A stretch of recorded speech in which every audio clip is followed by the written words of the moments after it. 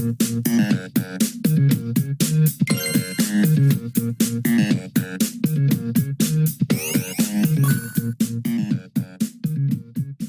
and welcome back to the Checkpoint Reach podcast. I'm your host Luke Elder. As ever, I'm joined by my fellow gamers and friends, Sun and Perks. How you doing, guys? Good today.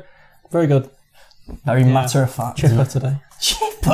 Oh, come on, man. What is it with you every week? This podcast gets in your head on these intros. I love it, you know, you've got to be a bit chipper. Have you ever heard him in our, I've never heard anyone say that, let alone... You've never heard anyone say it? Well, you must have heard someone say it before. Not in person, no. Oh, you have now, so... Well, I'm glad you're chipper. We should all be chipper today. It's a good day, it's podcast day. Yeah. You know. I don't know if I can go along with chipper. Can't go along with it. Haven't been blown away yet, things are alright. Yeah, Storm. What's it called? Kira? Yeah. Kira. Is it Kira? It's Kira. Oh. I always thought Kira was a K, but... I've never seen Kira spelled in like 10 different ways. Well, Storm Kira is knocking around the UK, so luckily we haven't blown away like a crisp packet yet. Not yet. No. Still time, yeah. Still time. But that's helped us stay indoors maybe a little bit more and play some games though. Yeah. We've returned to Apex. We have. It's a busy week. Yeah, the squad is back together this week. on a different game. And it's actually fun. I'm enjoying it. I really like it.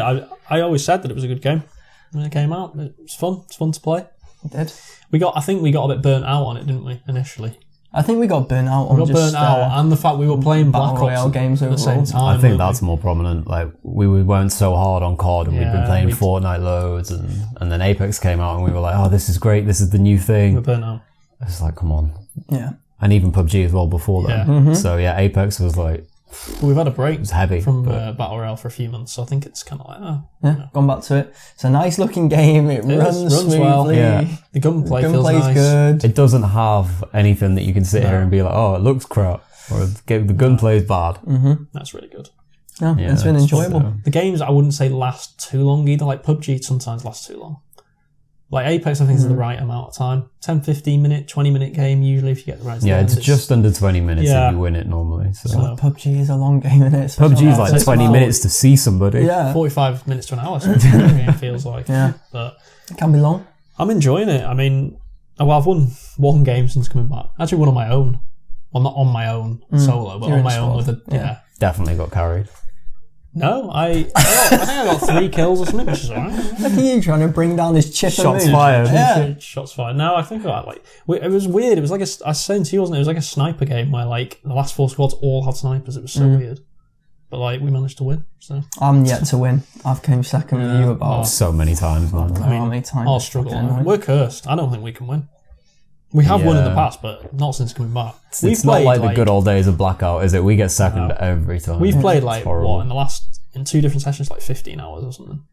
Between probably like 7-8 hour sessions. Yeah, it's been been bad. We finished second at least like 30% of the time, and it's so frustrating. I mean, some of the seconds, to be fair, have been ones where we were never probably going to win. Like, there's been ones where we've been nearly dead and died. Oh yeah. But there's been ones where we should have won at least 2 or 3 of them. Yeah, we choked hard on a couple of them. Yesterday, we choked, didn't we? Yeah, it hasn't been good to think about. But I'll tell you what annoys me about it though is I'm yet to win, and yet I feel like I contribute to the team even if it's not in kills. Every time I seem to die and I check my damage, a lot of the times it's over 300 and stuff, and I think with you and Matty I've played with more, and you guys have got kills, I'm like, how are we not winning though? Yeah. Because I'm delivering damage, you guys are also delivering a lot of damage, but... It just kind of goes that way sometimes, like... Me and Sud were talking before, it's like you run into squads that have like full purple legendary gear after like 30 seconds of the game, like you're going to hit hard, do a lot of damage, and you're going to get wiped. So, I don't know, each game is different. Some games you'll do like 300 damage and get 3 kills. Yeah, true. Very similar to... you don't really feel this on PUBG. Similar to Blackout, there's such a good satisfaction when you get a couple of kills and then you get 3 kills. It's like, it's nice, isn't it, to get a run of kills together. Oh yeah, for sure. You know, it doesn't happen every game. Sometimes you get like no kills and stuff, obviously, but... Especially when you drop somewhere hot, and like that one, there's 3 blind fire sniper shots in it. Oh, I know. Yesterday. Where did we drop for that to happen though? The lava place. Yeah, whatever. There was literally 7 squads, was it? Oh, it was dropped 6 or 7 squads all in. There was people punching each other. It was ridiculous. And you just blind fired like. I picked up a sniper with no people. Sniper ammo, and it was just like blind fire, blind fire, blind fire. Took them all down. I don't remember how long we lasted in that game, though. Not very long. It was like 5 minutes, but it was so satisfying. We had no gear because there were so many squads that took everything. Yeah. So I don't even think I got the kills. Like, they just got down. No. Maybe got 2 of them, but yeah. Well, there we go. We're back to Apex. So who knows? We might play you guys soon. But yeah, that's something we'll continue to play. Yeah. And that segues nicely into a game that we probably will never play again. But did all play together. We did all play together. They are trying to bring they're trying to revamp it. Yeah. I'll give it a major overhaul anyway, because our first topic today is Anthem is getting a major overhaul, BioWare confirms. BioWare is digging itself in for an Anthem overhaul. General Manager Casey Hudson announced in a new blog post that the developers at BioWare will be redesigning Anthem that will reinvent the core gameplay loop. The effort is meant to be a larger overhaul Anthem instead of just a series of updates and expansions. Yeah. Well, this was needed. Oh yeah, I mean, it's been rumoured for a while, this overhaul, hasn't it? I think for the last 3 or 4 months there's been rumours of they're going to pretty much make the game again.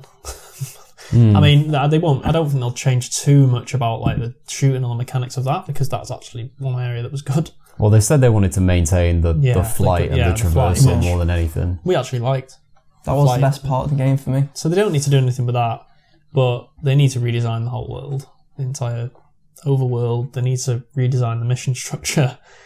They need to redesign the loot. They need to redesign the character, even the characters, I'd say. I don't know how much they can do with the character redesigns. That's probably a harder job than other things. Even probably the customization wasn't great. Not really. And yet it was supposed to be. Yeah. The main hub, they need to redesign massively, because that was a joke. I thought it was meant to feel alive or something. Yeah, it was just nothing. Never felt more dead. I know. So they need to reinvent that.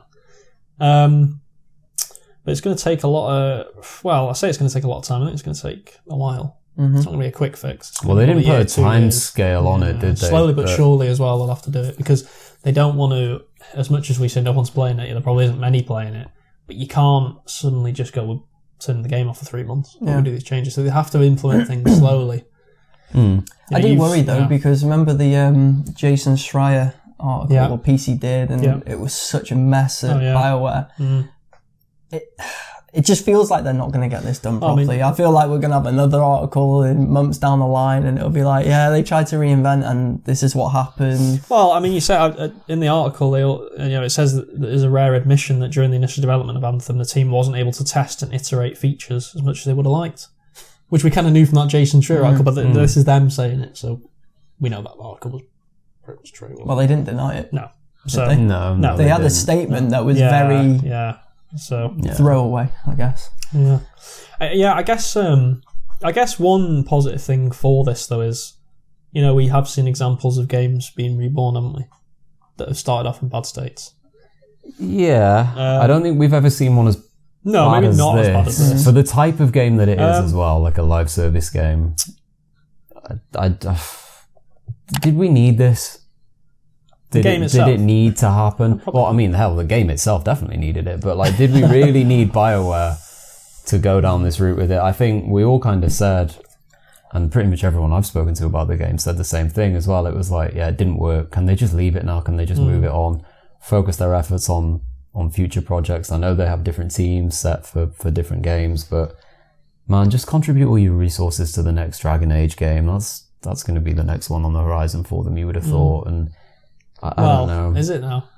Does this poll... it's supposed to be a different development team, isn't it? But that's what I mean. Like, but why fracture it like that? Yeah. Why not just like go hard on the next Dragon Age? Like, people have such a sour taste in their mouth with BioWare at the minute. I understand why they're doing this, but I don't like it. Might be above. Yeah. And do you know what it probably also is? As bad as this game has been, it's probably still got potential to make more money than a new Dragon Age would, with microtransactions, and if it goes free to play and gets popular, that's probably why they're doing it. There's still potential. Like, a new Dragon Age would want to do it. Because a new Dragon Age, it'll get initial decent sales out of the block and all that. But then if it's a single player game, they might add some crappy multiplayer component. They did Dragon Age 2, but no one's going to play it. So with Anthem, they could, if they actually fix it properly, they could get a player base that is willing to pay what people on Destiny pay or people on Division pay. I think so the other side of the coin for me isn't, and I'm fully in support of what I said, like, just leave it, it's gone, like, it failed, it didn't work. But when Destiny 1 first launched, it took a year for the game to be good. and there was still people playing it, but until The Taken King came out, no one really did it, and the game was in the doldrums. It was just bad.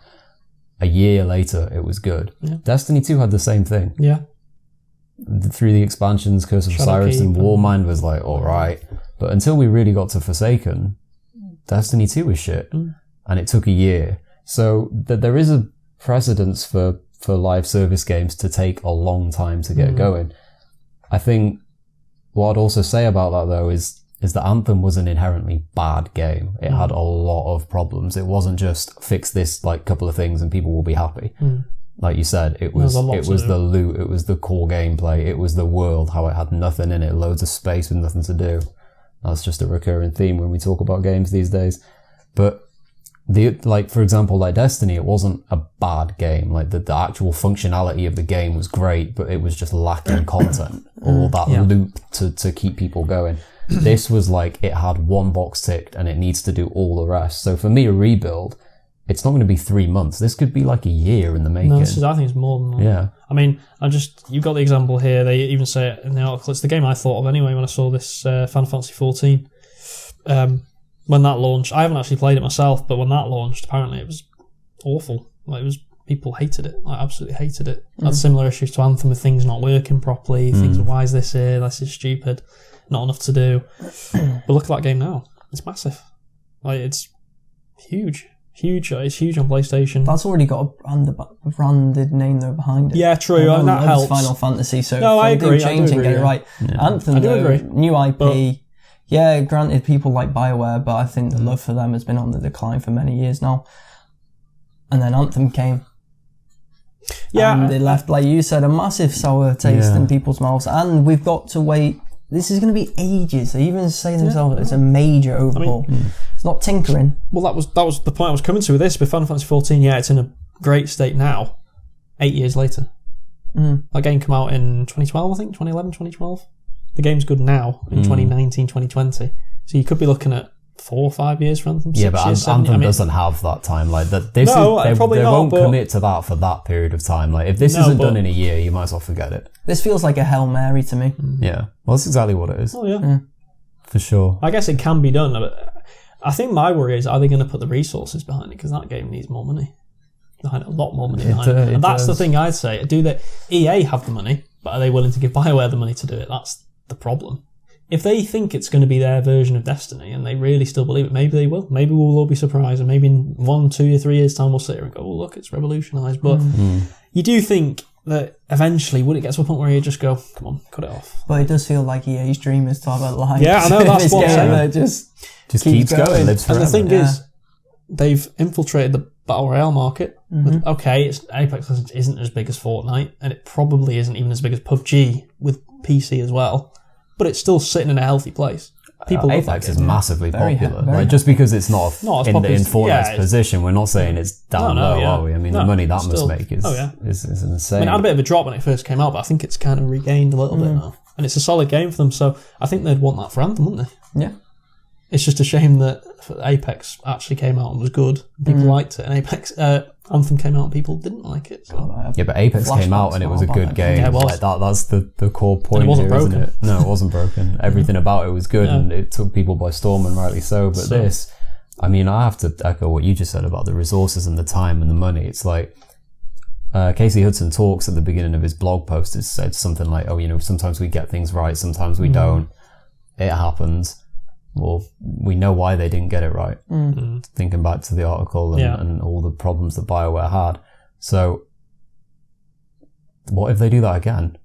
You would think they'll learn from it, but at the same time, like, timeframes do exist. Like, who cares if they relaunch Anthem in a year? It's too long, but they're going to need that amount of time. They're going to have to literally reveal it like it's a new game. That's the only thing they can do. They can't relaunch it as if like it's content. They have to literally say this is Anthem 2.0 and it's completely Anthem 2 basically, like a new game almost.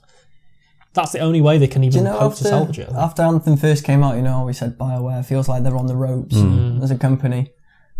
This is their last chance. They still are on the ropes. I mean, I honestly feel like this is their last chance, because if they spend all this money, all this resource, and it fails, are EA really going to just keep just keep throwing money at them. This is like flogging a dead horse potential like you've never seen before. I'm worried. I was worried back then. I'm even more worried now. It's funny because their situation is quite similar to how Respawn's situation was when Titanfall 2 came out. Remember when Titanfall 2 came out and it got bad sales, which was EA's own fault because they did that stupid thing of playing it between Battlefield and COD. Worst release schedule. They tried to do the whole, buy these two and don't buy COD, but it just didn't work. But anyway, and then there's a conspiracy theory they did it on purpose to buy them cheaper, didn't they? Oh, really? Because they bought them after that.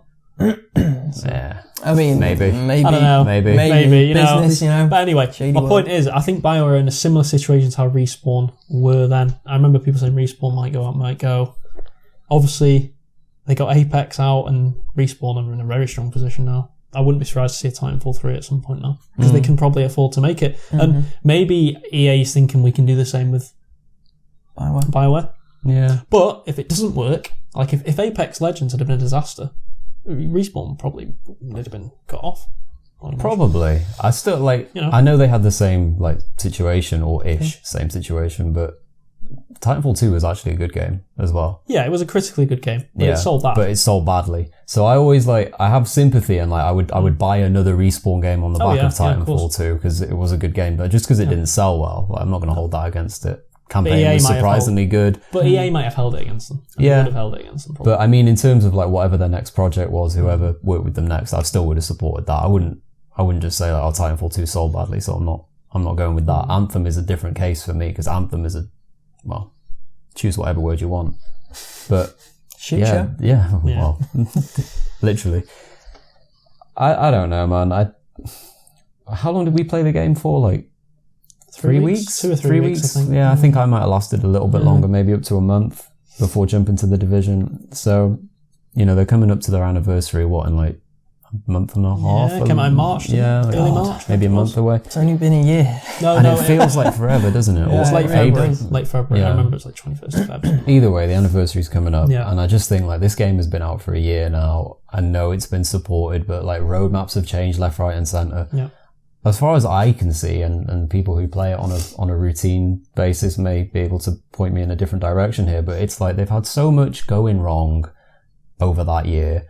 Things keep changing, like I said, with the roadmaps and with what people expect from Bioware. Why are we now all of a sudden going to sit here and believe that this is going to be a revelation and Anthem's going to come good in a year? I know they're going to continue to support the game. I'm just looking at the end of the article here, and Casey Hudson does say they're going to move away from full seasons as the team works towards the future of Anthem.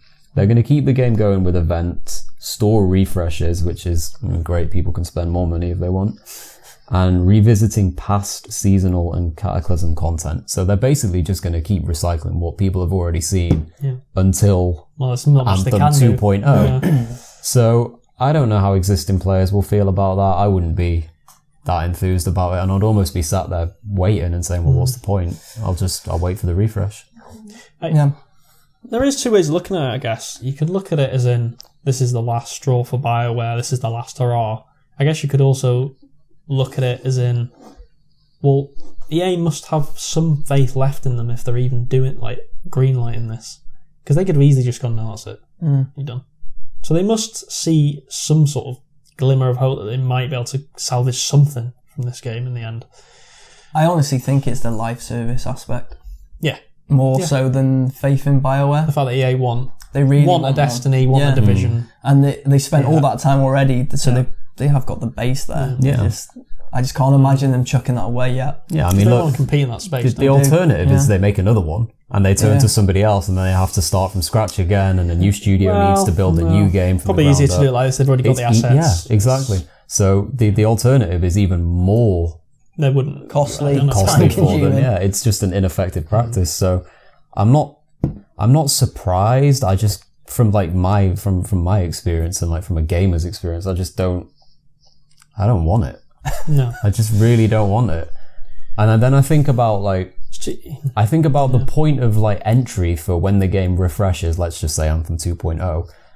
What about the people who have stayed with it the whole way through? Because we can't have a system in place when the game does start again in which the new players come in and they feel instantly behind.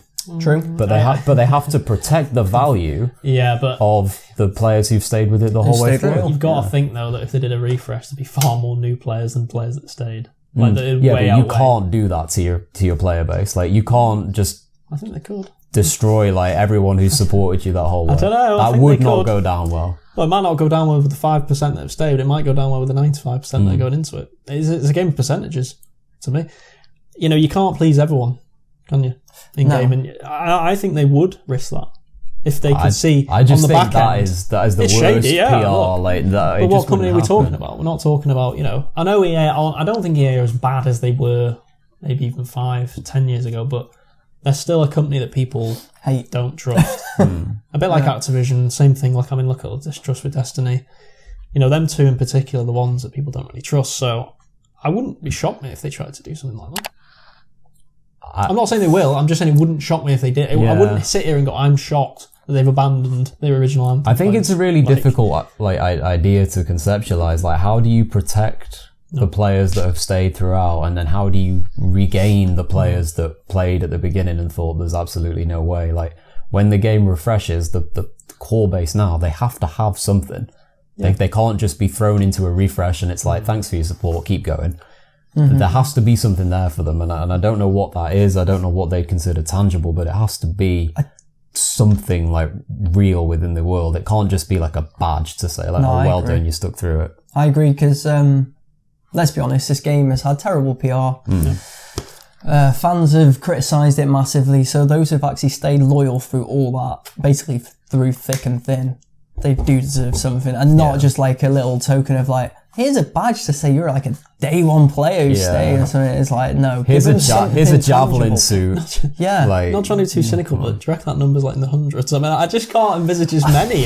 It's probably more than that. It's probably thousands, but... Well, they still play. Yeah, it's probably like, thousands. There's got to be stat on across all platforms. It's on EA Access, isn't it, as well now? So I guess that probably blew it a little bit. I don't know if you could find the stats, but look, since it's gone on EA, I'm sure they probably gained a few people playing it, trying it, but I can't imagine there being that many hardcore players playing it. I think across all platforms you'd have to look into the 1,000. I don't want to predict like how many thousand. Well, it says here at the time of writing this. Yeah. This is from Reddit though. The Anthem is around 350 to 400 concurrent players. I mean, that's awful. What's the date? Doesn't have if a we date. have one. Yeah. There's a date on it. Oh, April 4th, 2019. Oh, that was 2019. So that's mild. I still don't think it'll be much more than that. Probably like 1,000 concurrent players. Yeah, maybe. Either way, it's not great. That's not good. No, it's terrible. But I mean, what's Destiny's 100,000 at a time? I mean, I don't know the figures. I'm not going to guess, but it's high thousands. Yeah. Which is what EA and Bioware would have wanted from Anthem. Yeah, so obviously those figures are way outdated, but I can't imagine they've grown massively. No. But yeah, it's something, and you could even see it at the time. You talked about like the social space being full of life and stuff. It wasn't. You couldn't even see other players, which maybe turned out to be a good thing, because you'd never see other players if those numbers were true. True. Everything we've talked about, I can't see how it turns good for them. I know I've referenced the Destiny examples in the past. They've had literally 2 years of badness between both games put together, when everyone thought it was dead and X, Y, and Z came out that was supposed to be Destiny killers. I remember Matty saying how dead it was when you two, not arguing, but disagreeing on the chat. Yeah. Remember that? Oh, we disagreed for hours. Like, it wasn't even like one-time discussion. 30 different days with Destiny being crap on it. Yeah. Not as many days as we had the Xbox versus PlayStation discussion, for sure. That was the good old days, wasn't it? But made him feel sick. Matty, if you're listening, that was still a funny quote that tickles me to this day. Yeah. Now he's all in on Xbox. Is he? Things, Oh, he loves Game Pass, doesn't he, to be fair. So how things change, eh? Yeah. How things change, but Anthem, is it going to change for the best? I'm not feeling it. Well, as we always say, we'll have to wait and see. He's got the quote wrong. What are you doing? As we always say, we'll have to wait and see. I don't know. Whatever. Me and you, they're like, time. We'll have to wait and see. Well, that's close anyway, is it really? God's sake, Chipper, come on. So we're going to move on to topic number 2, and that is Sony patents AI tool that could help PlayStation players if they get stuck in a game. Sony has submitted a patent for an AI that will be able to help players stuck in a game by pointing them towards items or weapons that may help them overcome their obstacles. This can be either an in-game item or if need be, an item available for purchase. The laugh says it all, really, doesn't it? So first impression when I saw this article, I just thought back to basically every game that I've ever played, where if you get stuck for a little bit of time, it kind of says here it is, or something happens, whether you get a beacon or a beam or something happens.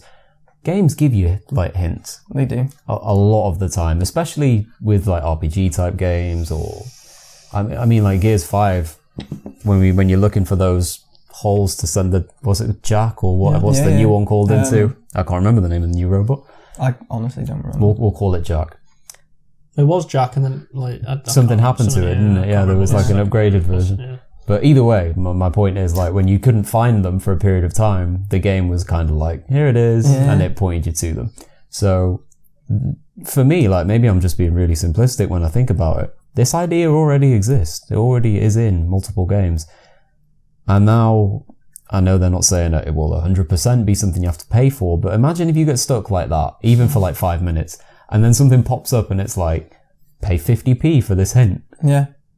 Why would you do that? Come on, that's just such an... Why wouldn't you just use the free tool that's YouTube? We should probably say that that's the worst case scenario that this could be. Yeah. I don't expect that that's 100% what's going to happen. I mean, I think that would be what gamers' fears are. Yeah, I'm being really cynical when I say that. It's a cynical thing. But when you read the article, it does make it seem... But I think they do it in more subtle ways than that. Which gamer, though, is sitting there thinking, I'd pay 50p for that? Every gamer, if they ever get stuck so badly, will just go online. Yeah. I agree, but it's straight away YouTube, it's straight away Reddit, it's everywhere. I agree, but they must see something in it, because they keep putting these things in, so people must be buying these little hint things. Because you can, even now in games, there's buy this pack or whatever, isn't there? That gives you more, I know this is a slightly different thing, but people clearly buy these microtransactions. Yeah, this would be a different kind of microtransaction, wouldn't it? This is almost next gen microtransactions, and I don't doesn't sit well with me that they could reinvent something that is... I know it would be slightly different, but it's effectively already there in a lot of games. Yeah. Well, what do we think about the actual... take the microtransaction idea out for a minute. What do we think about the actual idea of it helping you get past an objective, or hinting, there's a ladder here, or... I think maybe this on way, or certain difficulties. Yeah. So if it's on easy... Depends on the game as well, doesn't it? Yeah, on the game. If I'm trying to think, I say you're playing The Last of Us 2 or something, and you're stuck in an area and it's where do I go next? And the game says there's a box to stand on here to jump over there, or... Yeah, something would flash, the box would highlight or ping. But that wouldn't be on the game, that would be on Sony's end itself. Yeah. It seems. So I assume they'd start off with their first party games and then maybe roll it out further. I think that'd have to be, wouldn't it, to begin with? To be honest though, it's been a while since I've played a game and not known where I needed to go. Yeah. I think I sometimes take that for granted though. Yeah. You think? I think if you're a routine gamer, if you fall into the hardcore bracket, I don't think it's that much of an issue. But I do definitely think there's people out there that could benefit from something like this. Yeah. Not even in a derogatory way. I think people who don't play all the time. Yeah. They're not used to all the intricacies that we've known for years. Maybe that's what there is probably a market for it, but... This seems like more the sort of thing Xbox would do. Yeah, it does, doesn't it? Yeah. Maybe they're going to do something like that. They probably will. Yeah. You know what I mean? Because they've got the approach of everyone, it feels like something that they do, so it's a bit strange, but I don't know. I mean, it's one of them that until we actually... it's just a patent at the end of the day. It could end up being nothing. They show the designs though, don't they? If you want to check out the article. They do, which makes you think maybe it's more than that. But and they talk about how the algorithm itself might be something along the lines of looking at data as how past players completed an activity, and that would be the thing that's formulated for the hint or the tip for the players that are stuck. I don't know. Maybe I'm looking at this really simplistically, but I just don't see how this is a big thing or a massive part of gaming going forward. As long as you don't have to pay, then I'm not asked. I mean, it's not... it would be up there, but I don't think it's still not as bad as... Was it Metal Gear Survive? You had to pay for a save slot. Well, Metal Gear Survive was a joke. For extra save slots, if you wanted to save it more. Like, you got like 2 or 3, and then if you wanted more save slots, you paid, That's ridiculous. Not that you... I mean, again, though, why would anyone ever do... Like, it doesn't make... It, like you said about why would you ever do that anyway? Yeah, why would anyone want more? Like... But I guess it's... But why is it there? It shouldn't be, should it? Yeah, but it shouldn't be there. No, of course it shouldn't. Yeah, we've seen some horrendous microtransaction ideas in games. There's that one. There's the fabled Battlefront ones. Let's be honest, there's also packs on FIFA. I mean, let's not forget that is probably up there with the worst. Because see that kid who said he got hacked? Yeah. Got hacked and his face was like, I got hacked. Did you all see that? Well, I think the article about the guy that spent how much $600 and the best player he got was Manolas or something. Yeah, and he didn't know who it was. He didn't. Yeah, like come on, like why are you playing the game? No one believes that. Like I know we sometimes joke about like, we spent 40 in the past 40. You don't spend 200 quid and get Manolas as your best player. It's not that bad. I mean, it's bad, but it's not that bad. Honestly, you could. No, it's not. I'm sorry, that's not true. I've opened free packs. Yeah, I've opened free packs and got better players than Manolas. Manolas is high rated this year. It's high rated, but I've had 87 players. You've had packs with 88 rated players, and I got Messi in a free pack this year, but that doesn't change the fact that like the ratio. I'm Messi in an untradeable pack. Completely pointless. Thanks for that. I just don't always believe these people that say these articles about I only got. It's like, did you know really? That value? I said it in the group when we were talking about it like a few weeks back. That's a low amount of money to spend and get nothing. Like people spend thousands. Yeah, they do. One YouTuber £600 is a lot of packs. How many packs is that to open? It's a lot. Not that many. 600. How many is it for a pack? Well, what for 80 quid you get 12,000 FIFA points. Yeah, you get 12,000 FIFA points. I mean, you're talking when the 100,000 FIFA points. I don't know. Mate, you could easily get Manolas in that. You're talking like 200 packs or something. It is worth pointing out. Like it depends what pack you're talking about. Yeah. But there was a YouTuber over the Team of the Year promo who spent over £10,000. Obviously not of their own money. They can claim it back as business expenses. But they spent £10,000 worth of FIFA points and they didn't get a Team of the Year player. Yeah, that's bad, obviously. But that's different when you get Manolas, isn't it? You can get much better players than Manolas. Their best player was Griezmann, 89 rated. Fine. So, like, not saying there is no guarantee. There is no like guarantee to the system, is there? So you could spend £600, £6,000, £60,000, and there's no guarantee that the guy who spends the most gets anything more valuable. Yeah, but maybe though Manolas might have just been his highest rated player. Like maybe he's got a player that we all think, he's better. Yeah. But then you're like, he's 85. Yeah, because there is some 84, 85 rated players that go for loads. Yeah. Depending on their pace or whatever. Exactly. But I must admit, I tend to lean more towards believing him, but I definitely don't believe that kid got hacked. He didn't get hacked. The card details were on the console and he just got carried away. Like, got hacked. That's funny. Come on. What he probably did, actually, because he was like, I don't know his age, but on the picture he looked really young. Yeah. He probably gave someone his login details. I'd be surprised. Because that's what a lot of young gamers do these days. They pass on details for people who are going to do things like, I'll enhance your club 1,000%. I'll get all these players for you. Remember the message you used to get after FIFA? Mate, you want to... Yeah, exactly. Messi or something. Yeah, give me your detail. So he's probably had a message like that after a game. Passed on the account details and the guy's been like, sure, I'll sort your club out, don't worry about it, give me an hour. He's just spent like 30, 40 grand or whatever it was on FIFA points, sent the account back and said, here it is mate, you've got all these players. And the mum's lost her house. Like it's astonishing, but that's going off on a completely different tangent in microtransactions. But wow, one thing leads to another. Yeah, and gentlemen, I think we won't find this out properly until the PS5 is revealed, if we even find out then. Because it might not even be anything. They might mention it like the event. Maybe they'll say we've invested in this to help play, and they'll show a little demo of like something. But until we see anything about PS5, it's not going to be for PS4. It's going to be for next gen. So we can't really comment much further on it. AI technology as well is always improving, and every company's looking to integrate it now into systems. So, like I said, I would never use it anyway if it was to pay. I just hope they don't go down that route. But, I mean, if it's there, then that'd be handy. There's a freeze thing that the AI is checking your data, but... Yeah. Other than that... I mean, honestly, like, I'll just say what I've said before. I haven't changed my mind in the last 5-10 minutes. I see it in a lot of games as it is. It's currently free. The tooltips and the things that pop up or prompt players, they are quite prominent. And I know they don't exist in every game. I was being facetious before, but it's something we already kind of have. I would be interested to see how. Version. Well, that's the thing. Like, I'd be interested to see how that even gets to the next level. It's quite a basic feature. It's already there. I don't know what could be different about it. Is it going to be like really obvious as well? Are we going to get to the point where it literally just says go there? Yeah. Because that kind of takes you out of it. It does, but a hint. But there's always options in games to turn tooltips off. So true. I guess they'd say there's options there. It's up to you. Which is what they want anyway. They all want that. They all want as many options as possible. Yeah. Because then it's a broadest audience. Yeah, they don't exclude anyone. No. So it'd probably be difficulty based anyway. You were starting to make the point before. I think if you're playing on easy and you're completely stuck beyond belief, you should probably get help. Whereas if you're playing on hard, I can't imagine them. It shouldn't even be a thing. No, I agree. So usually, if you're playing on hard, you want. I guess it's still down to player choice at the end of the day. Yeah. I'm interested to see what it might entail going forward, but I just don't see it making a massive difference to next-gen gaming. No, I don't either. So, yeah, we'll see how that goes. Interesting to see how AI develops. I'm always intrigued by stuff like that. So, yeah, we will see how that turns out or pans out. But we'll move on to our final topic of the day, and that is Xbox boss doesn't consider Nintendo or Sony as their biggest competitors. It's all about cloud gaming, apparently. Where is it? In an interview with Protocol, Phil Spencer explained how Microsoft and Xbox see Amazon and Google as the main competitors going forward. This is because those tech companies both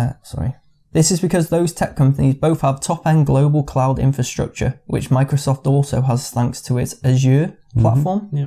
So, yeah, I mean, a little bit surprising to hear Microsoft, the gaming company, say that, I think. Is it surprising? I don't know if it is with what he said recently, though. I mean, he's been saying this for about a year or so now, hasn't he? About the main competitors are the cloud streaming places that like Amazon. And Xbox has just been going this way for a long time now. It's fair enough, it is still a console. He's always downplayed the rivalry with Sony anyway. He's always said it's actually not that important at all, really, in terms of... You would though, wouldn't you? When you're of course. There's probably a hint of that as well. Yeah, no, I agree with that. But I do think he's probably half right, though, in saying, like, actually, maybe 5-6 years ago, Sony were main competitors, but now, not really now. Because you've got to look at Microsoft as a whole. Sony aren't a competitor for Microsoft at all. No. In terms of, without, take gaming away, Microsoft's way above Sony in terms of, how much they're worth, the share they have of everything. So, but they're not way ahead of Google and Amazon, are they? Nope. Because they're pretty much neck and neck, really. Almost a lot of them companies are all around the same level. I think, what was it? Apple became the first to be worth $1 trillion. But they're all getting to that level. They're all nearly there. They're all on like 900 million they're all worth. So they're all at that point now. So they're the main competitors, really. Even in gaming, because we know Google's in gaming now with Stadia. We know Amazon are... Well, I mean, it might change. But they've got the money to...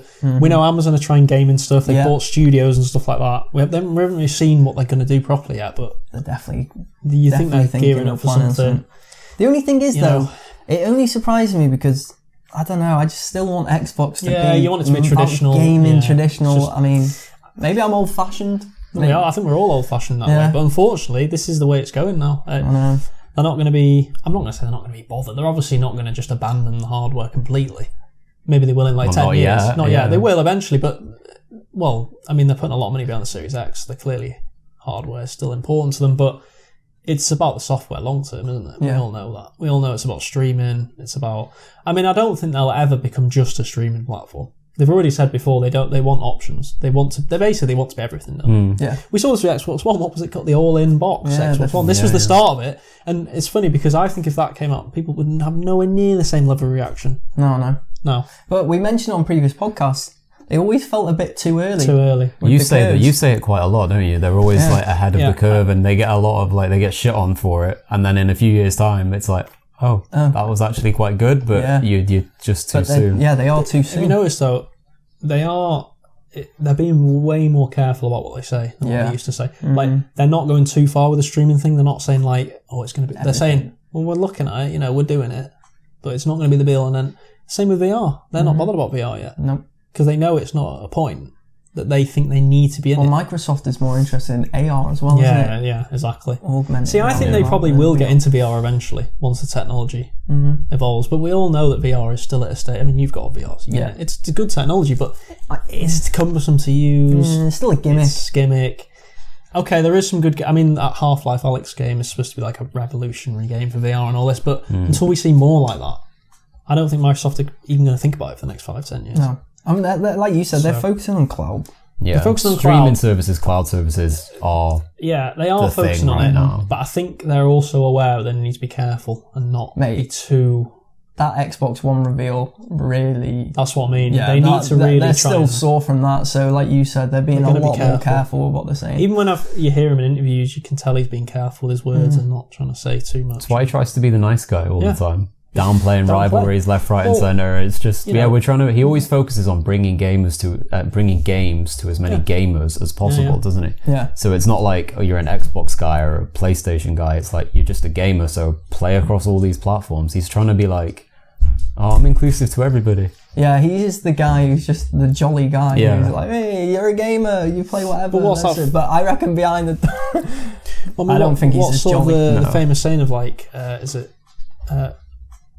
Not underperforming out that what the alternative one, sort of downplay expectations and over deliver. Right, yeah.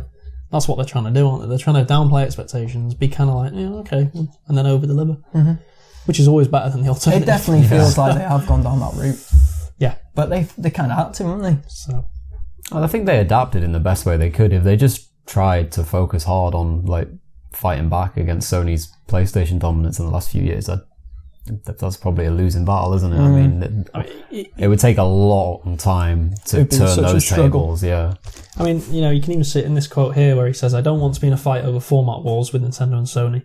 While Amazon and Google are focusing on how to get gaming to 7 billion people around the world, ultimately that's the goal." But I mean, it's basically, Microsoft's goal is to become the world leader in this. It's capitalism, isn't it? This is what it's all about at the end of the day. 100%. I mean, it is I do think it's a little bit worrying. Just in general, going off a little bit of track now. I think it's a little bit worrying, this sort of domination. I don't know if you feel like this sometimes when you see Google. It's literally the same 3 or 4 or 5 companies now that are going to literally dominate everything in the world. Like, I think that's a little bit worrying. And how many things do you ever, like, you go on a website or you see this company, it's like, oh yeah, Amazon owns them.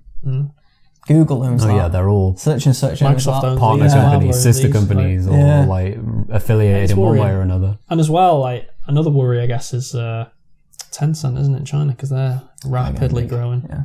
And they're buying game companies left, right, and centre. And they're investing in a lot of Western companies. And people are getting worried about that, aren't they? People are getting a bit, this money. Don't want to go too political, but... Well, the Chinese are starting to dominate this market. Well, yeah, definitely. People obviously have concerns about where this Chinese money is coming from. Well, just quickly going off topic, but it's like Lenovo, that brand, that's a Chinese brand. It's a leading laptop brand now. Yeah, Huawei. Yeah, Huawei, the phones. I mean, we've had all the controversy with the UK. Yeah. 5G, it's going to... Well, they've allowed it, haven't they? Yeah, they've allowed it. But in America, they won't have it. And that Lenovo apparently has got a backdoor access that the Chinese can thingy it, and it's in all our NHS. That's the worry with the Huawei 5G thing. I think they can get access to it. They're going to get backdoor. So, and obviously gaming is a perfect market for them to go to as well. But in general, even, whether it's a Chinese company, Western company or not, I do think it's a little bit worrying that so few companies are going to have so much power. But I guess there's nothing we can do about it. That's the problem, though. Like these guys are established and they have been for a long time, and they're not getting smaller. They're just growing and growing and growing. It's this snowball. And like, how is a new company just going to appear out of nowhere and be like, yeah, let's just move Amazon aside? Well, Tencent, good. They've got a real chance of doing that. I don't think you'd ever see them get like just knocked off the map. Like maybe Tencent will like join them in terms of, but like Microsoft, like they're not just going to die. Yeah, one always falls. 1 or 2 always fall. You're not going to get like 10, 15. It's always like 5 or 6. I think. I don't think there's. Eventually, one will start falling. It is hard to predict. Which one is hard to predict, but they're not all everything. It's a stupid thing to say, but it's like this is going to be a weird analogy, but it's like the Romans, isn't it? Everyone thought they were going to last forever. But they didn't. They eventually fell. Yeah, my point is, one will British eventually. Empire, lad. Yeah, British Empire didn't last forever. It's like we crumbled. Yeah, but nothing lasts forever. And I think, my worry is that there's going to be a sustained period now, though, of complete dominance. And we're already in it. Yeah, we are. We have been for a while, as far as I'm concerned. We are already in it. Yeah. But I mean, they can get away with more. The more powerful they are, the more they don't have to listen to even governments. So. Well, we've seen that as well. More powerful, microtransactions and stuff. Like governments are trying to, started trying, like the British government. Was it Belgium. Was it Apple who something about terrorist phones? They didn't have to give the details. Really? Yeah. Oh no, I didn't see the US. that. I can't remember what government it was, but there was something about they're trying to get into a terrorist phone network, and Apple were like, no, you're not. There's probably some horrendous legal. That's what they said. Thing but about that. It's a worry, that isn't it? Yeah. That they're so powerful they can throw these loopholes in. Whereas a normal sized company, the government would just be able to say, no, you're not doing that. Yeah. But which is good and bad. It's a balance, but on the flip side, the Chinese government, of course, they control this is the problem. They can do whatever. It doesn't matter how big that's they the are. problem with Tencent. There's no balance there, is there? So it's weird how you've got one extreme to the other. Yeah, you really do. It's not good though, is it? If you've got two extremes, there's no balance. Good. I mean, we're seeing in the world with two extreme. Everything's extreme now, isn't it? Yeah. You can't be in the middle anymore. You're not allowed, apparently. So, well, we went very way off topic. Yeah, we went really off. But I think it's an important point to make about. Yeah, I mean, to be fair, it plays into the competitors and the space, and obviously, gaming is the biggest entertainment space there is in the world. It's the most lucrative thing in the world by far. Like you said, every company is going to want a piece of that pie, but at the moment, it seems that the same companies are at the minute dominating. We'll see how it changes in the next. I think it's going to change quite rapidly actually in the next 10 years or so. We will see. I mean, 2 Cent, you made a great point. I mean, at the end of the day, if you would have said 15 years ago that Huawei would have been like the leading phone or whatever, and Lenovo were unknown, weren't they, 10 years ago? You wouldn't believe it. No. You'd be like, nah. It's like, no, it'll be Dell or Dell, HPs, they got all these, and it's like, nope. Does change. I don't think you think as much. No, I'm not. No, not just because of them. Like, I'm just thinking, like, off the top of my head, I don't have an example right now, but obviously things have like been big in the past and now they don't exist. Like, there's loads of companies that go bust. Like, it happens. Yeah. I'm just saying, like, when a new player comes to the table in that space, in that, like, we're not talking like here, we're talking the absolute pinnacle. Yeah, of course. Yeah. Like, unless somebody just packs up and goes home, like, Microsoft aren't just going to die. Like, Google won't just die. Like, fair enough, they may go down the ladder depending on, like, how hard the next one hits. But sometimes they get so big that it inevitably falls. Yeah. Like, sometimes, like, I'm not even saying, wide. Like, it might not even be their choice. Like, someone else just, like, strong arms them out of their way. Yeah, of course. But I don't think that's enough now, or maybe in the next even, like, 5-10 years, for a company to just be, like, as big as, like, can you imagine, like, a world now without Amazon? Like, but you might be able to imagine a world without Amazon in 50 years. Yeah, like, exactly. Like, I don't think this is something that we're going to really see much of a... No, I did say, didn't I, to be fair, I think it's this is now a sustained period of time. Yeah. This is going to be probably 30, 40, even 50, possibly. It could be a long time like that, but... Yeah, and it's worrying because it's going to be in our lifetime, so we're going to see all this happen, I guess. We will. Slowly but surely. We will if the coronavirus doesn't get us. Yeah. Oh, yeah. In the meantime. But yeah. But, yeah, I think... what was I going to say about the... I mean, in Destiny 2, that's got Chinese money, hasn't it? I think there's... Bungie have. Sorry, Bungie. Yeah. Bungie haven't. Was it 10%? Yeah, Bungie have invested. It's not much, though, is it? 10%? Something like that. I don't think it's like a massive No, it wasn't. share. They didn't buy a share. They bought an investment in a future project. I don't think it's like a massive amount. No. But... I don't actually know what Bungie are doing for them, but I don't even know if it was like developing a game or whether it was helping them like server side with something. I did look into it, but it's ages ago, so I don't want to be like wrong on gambling on that information. But yeah, I don't even know if they're producing an actual product for them or just helping behind the scenes. It does make you worry a bit about the future, though. If they get more and more power, but it makes you think, well, they could decide what happens with them, couldn't they? Eventually, they could lead the. Yeah. Hopefully, Bungie don't sell off too much of the stake. That's it. Like, it depends what you're paying for. Like, are you paying for services or are you paying for like part of the company? You can't even blame people for like selling out in a way, because if they offer you like billions, who's going to say no to that? Not many people. Like, I mean, people. There might be righteous people like that. I wouldn't. Most people would. Yeah. Well, you got to remember, like, people would there's a few studios that, like, Bungie is self-publishing these days. So if they get an offer of billions and billions of pounds for like shares in their company, that's a serious deal. Like, they'd have to really consider doing that. Or even like not ownership, but if somebody did offer to take them on, like Tencent, it's something you have to consider. Yeah, you'd have to look at the deal and see how it pans out. But Yeah, that brings the end to the podcast this week. So thanks for listening as ever. And if you are listening to us on YouTube, please like, subscribe and comment below with your thoughts on what we've covered today, as that will really help the channel to grow. Also, if you're listening on any audio platforms, please leave a review, a nice review, and pass the pod on to a friend or family member even, as that will also help the channel to grow. You can follow the podcast on social media on Facebook, Twitter and Instagram at CheckReachPod, and you can also follow the lads on social media. Jeez, can't get my words out. Social media, before you said. It's just on Twitter for me, so it's at David10spud. I'm at JG Perks. And you can follow me on Twitter and Instagram at LEL3Ds, add a 9 in the end for Instagram. Anyway, thanks for joining us as ever, like I said before, and have a good week, and we'll be back again soon to talk some more gaming news. Bye guys. Bye guys.